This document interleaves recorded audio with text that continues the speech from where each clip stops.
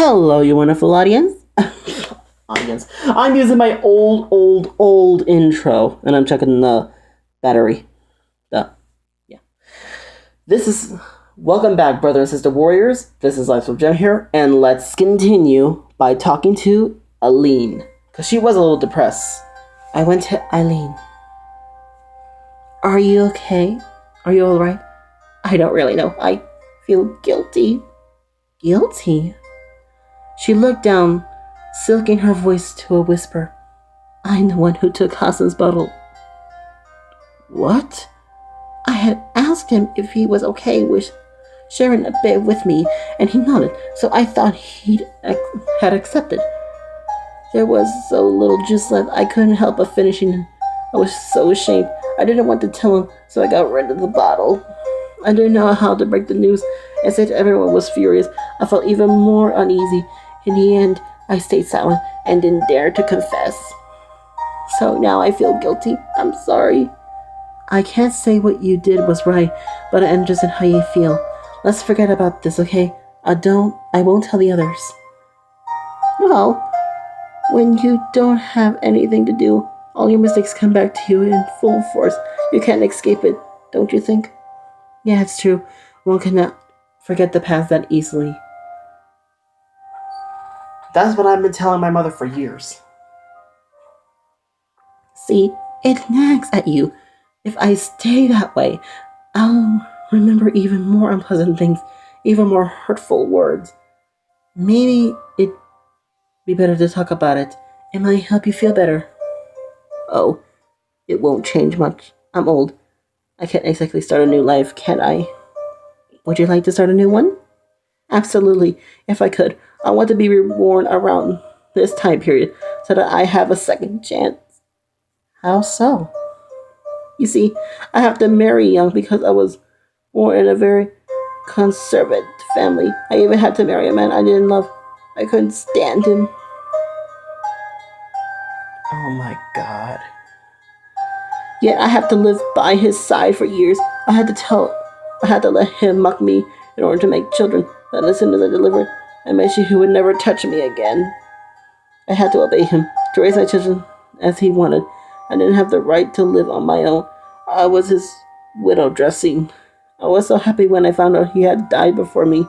I swore I could live my few remaining years as I wanted. I couldn't help but feeling free. My children found my behavior indecent and looked at me with disgust, but I couldn't care less. I let them have his inheritance, all the valuables, and just took enough for me to live peacefully on my own. I think I lived these last years to the fullest. My only regret is that the time was so short. I can't help but be envious of youngsters like you.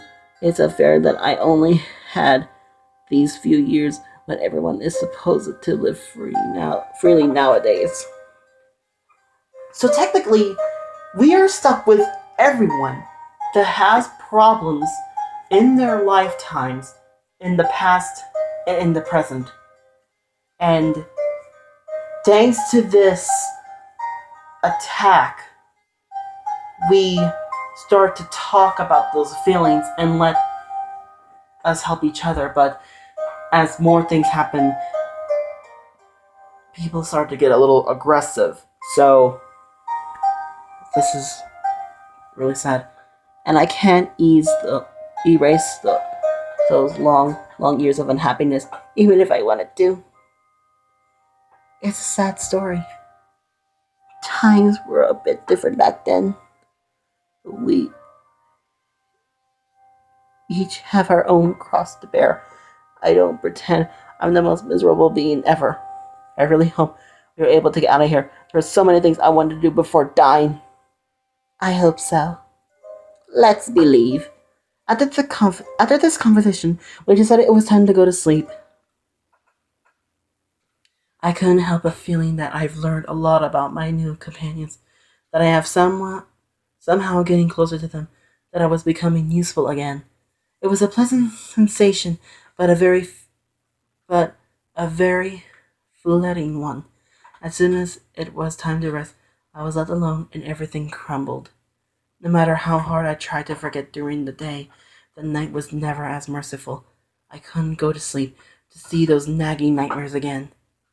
War had left a deep injury on my heart, and nothing can ever stay as it was before that.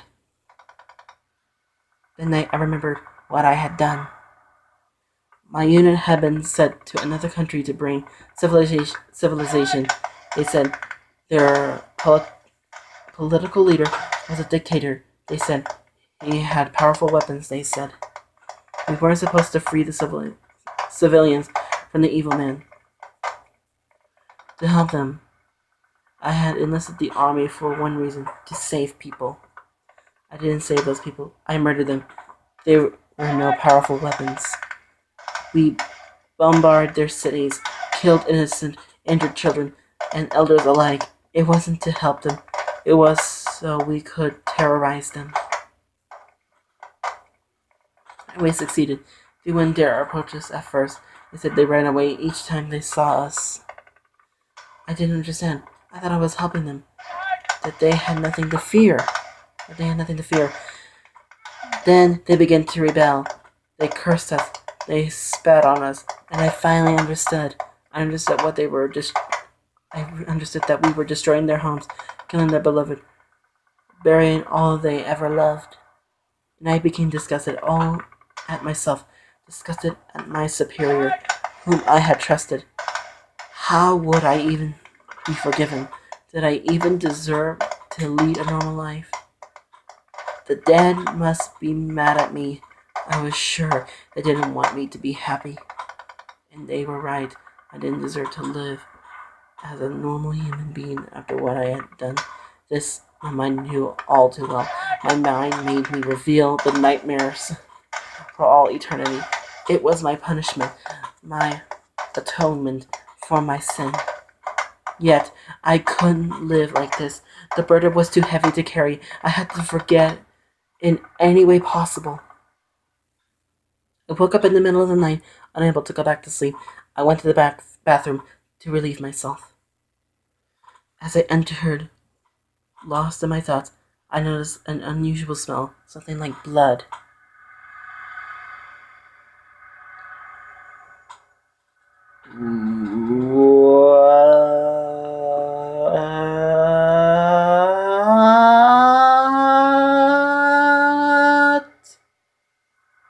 What?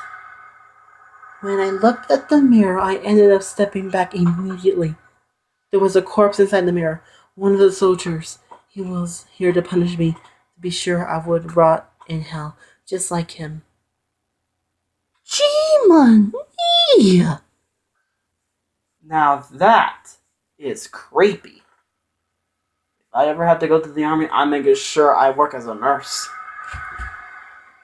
You can't escape your fate. Panicking, I brought my hands to my mouth. I was breathing heavily. What did I do? Oh, jeez. I shadowed the reflection with my hands. Blood poured out of my flesh wounds, but I didn't feel a thing. The apparition was gone, and that all that mattered to me at this moment. Well, you got 7 years of bad luck, but hey, why not live a little? I fell to my knees, frightened. I'm not seeing things again, am I? It had to stop. I thought of my medication again. I hadn't taken it that day. Now was the right time. Worn out by hunger and lack of sleep, I relieved myself and went to sleep right away. But it came back. Once again, I had no rest that night, and unsurprisingly, I was scared of going to the bathroom again.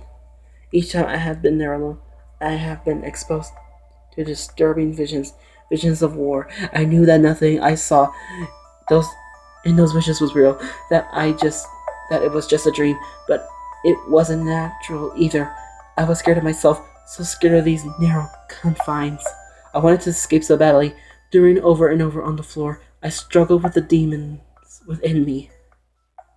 I didn't want to go back to the bathroom alone, but I had to meet a natural need. I couldn't wait any longer. That's why the next morning I entered the room with caution, nothing seeming out of the ordinary. I sighed with relief. As I exiting we see something colorful drew my attention near the mirror. There was blood on the washstand, probably because I injured myself yesterday night. I shrugged, trying to reassure myself when a flood of blood came out of the tap. The liquid was flowing at an incredible speed, making the washstand overflow with bright red. It squirted on me, and soon enough I had blood all over my body, yet the flood didn't stop. I thought it was crazy. I thought I couldn't compute what was going on, and all that I could see was a huge pool of blood. Something inside me suddenly broke. I screamed with all my strength. Enough! Enough! I've had enough! I wasn't in control of my body anymore. I was crying my eyes out, shouting, knocking over everything that was in my way. I felt as if I wasn't inside my body anymore. I had become a spectator and was watching a puppet dance. I can't do this anymore. As I was shook over and over, my field of vision became blurred, and I collapsed from exhaustion on the floor. Everything went black. When I finally resurfaced, I was in the same corridor as usual. Everyone looked at me with severe expressions. I immediately understood. They have seen me. They knew. It was no use. I couldn't hide this pitiful state of mine anymore. Sheesh. Are you okay, Agath? Yeah, thanks. I guess you all saw me. They nodded in silence. I feel incredibly ashamed. You were screaming so loud, we all rushed in the bathroom to see what was happening. You had some kind of panic attack and injured yourself. You were lying on the floor stiff. We thought you were dead. We carried you here because we didn't want you to catch a cold. Do you want to talk about it? Well, now that you've seen everything, I can't pretend anymore, can I? I have post-traumatic stress disorder ever since I came back from war. Every time I see or hear something that reminds me of all the people who died around me, it makes me nervous and I end up having a panic attack. Oh. I also have nightmares every night, living the same horror again and again, so I barely sleep anymore. That's all. This makes me feel unsafe, and I have trouble controlling my anxiety, so I finally broke down. At that moment, I couldn't manage to look them in the eye. Well, could you have told us sooner? What could you have told us sooner? Perhaps we could have helped you feel better. We'll let you rest, okay? But there's something else we have to know. Something else? Since we had carried you, it fell down. I suddenly realized what they were talking about. Uncontrollable tears fall on the ground. Why you have a gun on you? What? The words hurt. They hurt so bad I couldn't hide anything anymore. It was too much to handle. After the war, I came back but felt empty and depressed. I couldn't sleep anymore. I couldn't escape the memories. I couldn't forget about myself either. I had killed. I wanted the pain to stop, so I brought a gun. Illegally. You were going to put an end to my suffering. I was supposed to do it in the day of the incident. I wanted to take one last stroll before pulling the trigger. How could I have known there would be a terrorist attack and that I would be trapped here with you? I didn't say anything. I thought it would be better that way. They all sighed in unction. I couldn't begin to imagine what they were thinking. You should rest a bit, okay? We'll be here if you need something. We'll keep the gun, though. We don't want you to do anything reckless. Wait, please. Don't leave me alone. Don't leave me alone. But they didn't listen. They split up, leaving me behind. I felt so dirty, so ashamed. I had a terrible headache. Everything was screwing up. I took I looked at my pale white climb. Was this treatment even working? No. I didn't feel any better. I didn't ease my memory either. I sat silently for a while. I tried to remember how I got myself here and what went wrong. The incident was only the day before yesterday, yet it felt like it took place ages ago in another universe. Reflecting on the situation, I took a deep breath and closed my eyes. I think I'll always remember that day, even if I lived through more precious situations. This one held a special place in my heart. I remember everything so vividly because it was a human experience, an unconventional one at that. Just like war, actually, maybe it left a mark on me precisely because it reminds me of the war, of the pain, of the hopelessness, and all because it made me feel useful again. I thought I could help people, that I could be a functional human being again. But that may have been foolish of me. One can never return from hell. After all, never. Even so, I remember that day as a moment of hope. I tried to cling that confidence in myself. It was my last chance. Was it all in vain? At the moment, I opened my eyes. I didn't want to be alone anymore. Even if they did want to talk to, even if they didn't want to talk to me anymore, even if their words could be harmful, I wanted to talk to someone. I glanced around. Talk to. A save. Okay. Thank you. Um, we never even actually talked to Hassan. Let's talk to Hassan. I haven't talked to him yet. I decided to find Hassan since I hadn't seen him at all this morning. What? I was hoping that I would be able to forget my worries by playing with him. The others were sitting around across the corridor, but there was no sign of Hassan. He had mysteriously vanished. I took a peek to the bathroom just in case. Hassan, are you here? A faint whisper managed to reach me. I looked down and caught sight of a body lying in a corner and rushed towards it. Hassan! Hassan was lying on the ground, quiet as a grave. I knew that he was sick and examined him. His limbs were stiff, his eyes empty, and I have no idea what to do or what is going on. Hassan, are you alright? Please, tell me something. I know you can talk. But give me a sign. I know you can't talk. But give me a sign. Show me you're still conscious somehow. As I was about to lose hope, I heard a faint whisper again. As he took weak shadow breath, I felt a weak grip on my hands. His fingers defiantly moved. Until can you hear me? That's a good start. Can you move? I guess not. Otherwise you wouldn't be lying on the ground like that. Huh? What to do? The more I thought, the more I came to the same conclusion. As I suddenly actually matched my own panic attack. It had been his own way of dealing with the situation. It's true he was calm up until now, but it must have strained him, so he had no energy left. Hassan has actually been struggling from the beginning, just like me. He struggled silently, and none of us had noticed it. I felt terrible for only noticing it now. I should have paid more attention to him. I should have done something, but what? It was too late now. Hassan was at his limit as well. If it were some kind of panic attack, it couldn't have lasted that long. But I had to help him. I couldn't leave him alone on the cold, harsh floor. It could have been too cruel.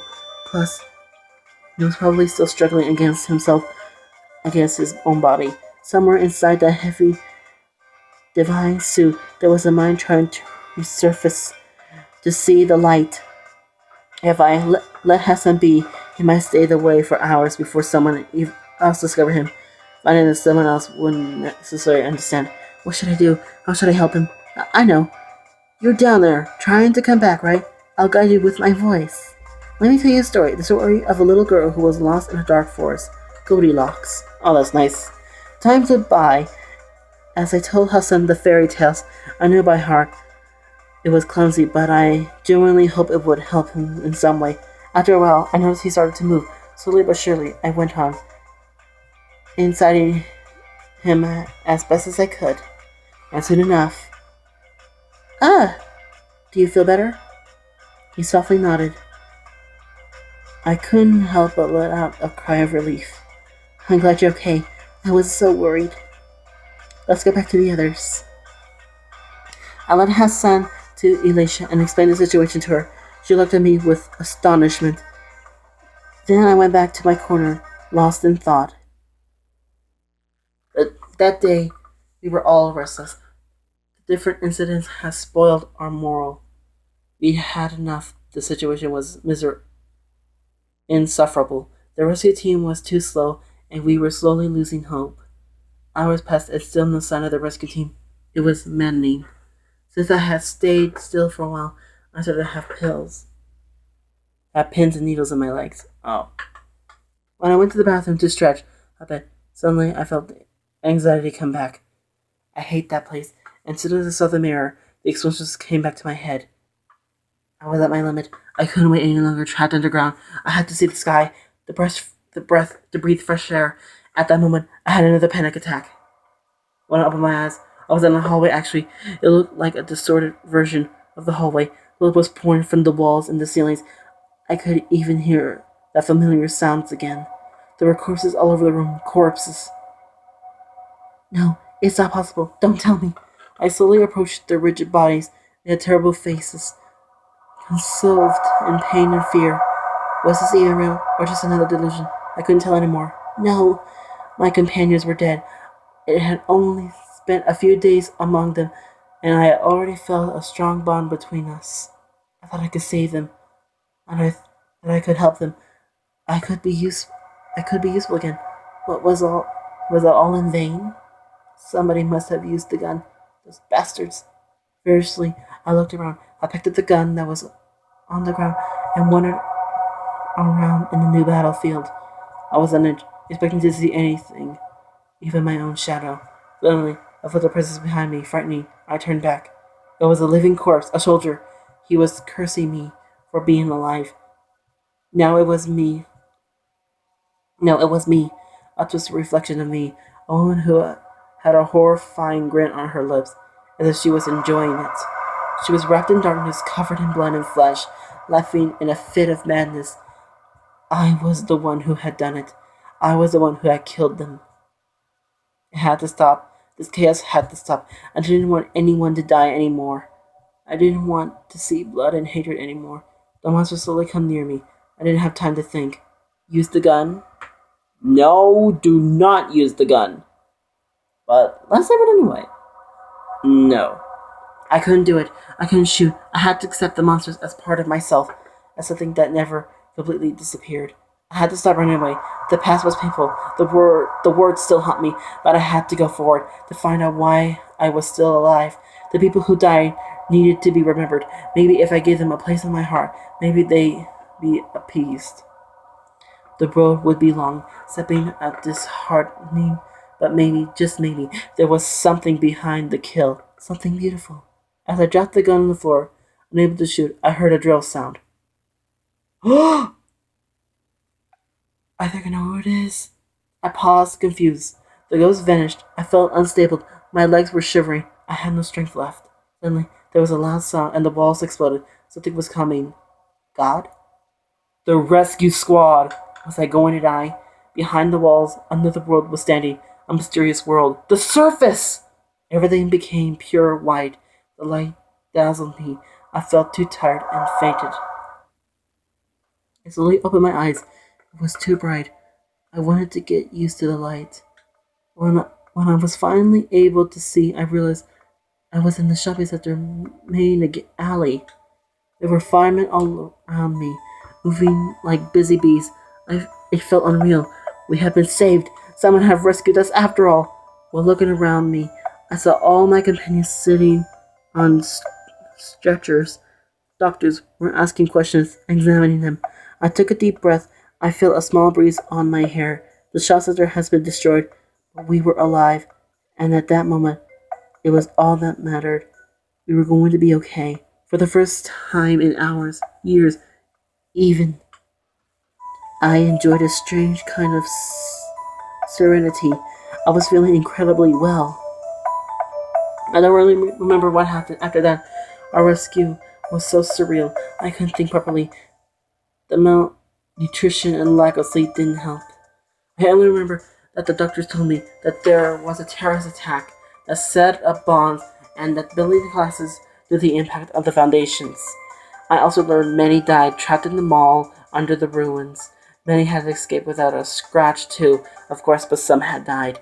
I was shocked by those words. After all, I had intended to take my life that day, and yet I managed to survive while others have died. I was flustered. Maybe this was a sign. Maybe somehow, somewhere, someone was trying to tell me something that I shouldn't give up yet. I then realized words are just like weapons. They can be used to hurt. They can leave lasting scars, invisible wounds. For years I have suffered because I only heard cruel words, what people thought of me because of my post-traumatic stress disorder. Stress disorder. PT stress disorder. I'm sorry. To people who are watching this, if you're insulted by me saying by calling your illness PT stress disorder, I'm sorry. It's just that I can't pronounce these kind of words. I need a new tongue. The one who should have helped me left to my sorrow with a mere shrug of annoyance. Their words prevented my heart from healing. Use words as a defense or offense tool is so common that you could almost say they were conventional weapons in the hands of every human being. Anyone could hurt you without realizing it, without noticing what lies behind the memories hidden by the meaning. But words could be used as a powerful weapon to make life better too. Words can lighten up the way in the darkest hours. Words can blind people together and allow them to rediscover hope. Kind words can breathe the cycle of the daily unnoticed. Emotional abuse. That was what the incident taught me and what touched me. I have met various people who have their own personal stories and suffering from the same produced words. Because we were different, many people have a tinted view of what we should be and didn't see us as we really were. It was so painful. But this is the reason why we should use kind words to break that cycle of bias and struggles, to be able to live freely, all of us. That's what I would do from now on. That's how life is. The road is long, but I'll find